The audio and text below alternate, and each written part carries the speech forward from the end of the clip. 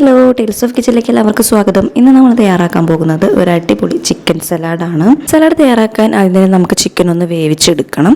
അതിനുവേണ്ടി chicken breast piece 2 എടുത്തിട്ടുണ്ട്.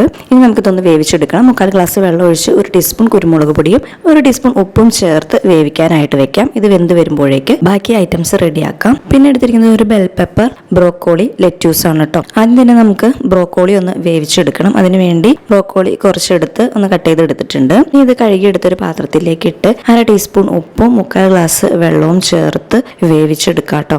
ഒരു 1.25 മിനിറ്റ് വേവിച്ചാൽ മതിയാകും. പിന്നെ ലെറ്റ്യൂസ് ഞാനൊന്ന് ഐസ് ബാത്ത് ചെയ്ത് വെച്ചിട്ടുണ്ട്. അതെന്തിനാന്ന് വെച്ച് കഴിഞ്ഞാൽ നല്ലൊരു ഫ്രഷ്നെസ് കിട്ടാൻ വേണ്ടിയിട്ടാണ് കേട്ടോ. പിന്നെ ഒരു അനിയൻ നീളത്തിൽ കട്ട് ചെയ്തെടുത്തിട്ടുണ്ട്. ബെൽ പെപ്പർ നീളത്തിൽ കട്ട് ചെയ്തെടുത്തിട്ടുണ്ട്. പിന്നെ വേവിച്ചെടുത്ത ചിക്കനും അതുപോലെ തന്നെ നീളത്തിൽ കട്ട് ചെയ്തെടുത്തു. പിന്നെ നമ്മുടെ ബ്രോക്കോളി വേവിച്ചതും എടുത്തു വെച്ചിട്ടുണ്ട്. ഇനി ഒരു പാൻ അടുപ്പത്ത് വെച്ച് അതിലേക്ക് ഒരു പീസ് ബട്ടർ ഇട്ട് കൊടുത്തതിന് ശേഷം ബ്രോക്കോളി ഇട്ട് നന്നായിട്ടൊന്ന് വഴറ്റിയെടുക്കാം. ബ്രോക്കോളി വഴറ്റി മറ്റൊരു പാത്രത്തിലേക്ക് മാറ്റിയതിന് ശേഷം അതുപോലെ തന്നെ ബാക്കി ഐറ്റംസും ഓരോന്നായിട്ട് വഴറ്റിയെടുക്കാം. പിന്നെ കുറച്ചുകൂടെ ബട്ടർ ഇട്ട് കൊടുത്തു കേട്ടോ. അതിനുശേഷം ബെൽ പെപ്പറാണ് വഴറ്റിയെടുക്കുന്നത്.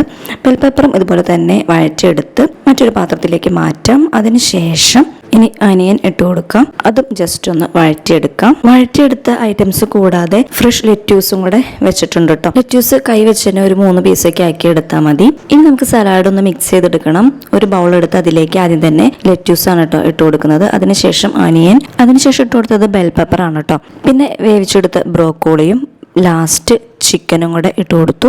ഇനി ഇതിലേക്ക് 1 ടീസ്പൂൺ കുരുമുളക് പൊടി ഇട്ട് കൊടുക്കണം. അതിനുശേഷം ആവശ്യത്തിന് ഉപ്പും ചേർക്കാം. 1/4 ടീസ്പൂൺ ഉപ്പാണ് കേട്ടോ ഞാൻ ചേർക്കുന്നുള്ളൂ. കാരണം ചിക്കൻ വേവിക്കാനും ബ്രോക്കോളി വേവിക്കാനും ഉപ്പിട്ടിരുന്നു. അതുകൂടാതെ വഴറ്റാനായിട്ട് സാൾട്ടഡ് ബട്ടറാണ് കേട്ടോ യൂസ് ചെയ്തത്. അതുകൊണ്ട് ഉപ്പ് നോക്കിയതിന് ശേഷം മാത്രം ഇട്ട് കൊടുത്താൽ മതി. പിന്നെ ഇതിലേക്ക് 1 ടീസ്പൂൺ മയോണൈസ് കൂടെ ആഡ് ചെയ്ത് കൊടുത്തിട്ടുണ്ട്. അതിനുശേഷം നന്നായിട്ട് മിക്സ് ചെയ്തെടുക്കണം. അപ്പോൾ സലാഡ് മിക്സിങ് കഴിഞ്ഞു. ഇനി ഇതിലേക്ക് ഞാനൊരു കോക്ടെയിൽ സോസും കൂടെ ആഡ് ചെയ്യുന്നുണ്ട്. അതിനുവേണ്ടി 1 ടീസ്പൂൺ ടൊമാറ്റോ കെച്ചപ്പ് എടുത്തിട്ടുണ്ട്. ടൊമാറ്റോ സോസ് ആണെങ്കിൽ അതായാലും മതി. പിന്നെ ഇതിലേക്ക് 1 ടീസ്പൂൺ മയോണൈസ് ആണ് ആഡ് ചെയ്യുന്നത്. രണ്ടും കൂടെ നന്നായിട്ട് മിക്സ് ചെയ്തെടുത്ത് കഴിഞ്ഞാൽ സോസ് റെഡി. ഇനി ഒരു സലാഡ് ബൗൾ എടുത്ത് അതിലേക്ക് സലാഡ് സെറ്റ് ചെയ്ത് കൊടുക്കാം. ഇനി തന്നെ മിക്സ് ചെയ്ത് വെച്ചിരുന്ന സലാഡിൽ നിന്നും ലെറ്റ്യൂസ് എടുത്ത് അതാണ് ബൗളിലേക്ക് ഇട്ട് കൊടുക്കുന്നത്. അതിനുശേഷം ബാക്കി ഐറ്റംസ് എല്ലാം മുകളിലായി ഇട്ട് കൊടുക്കുന്നുണ്ട്.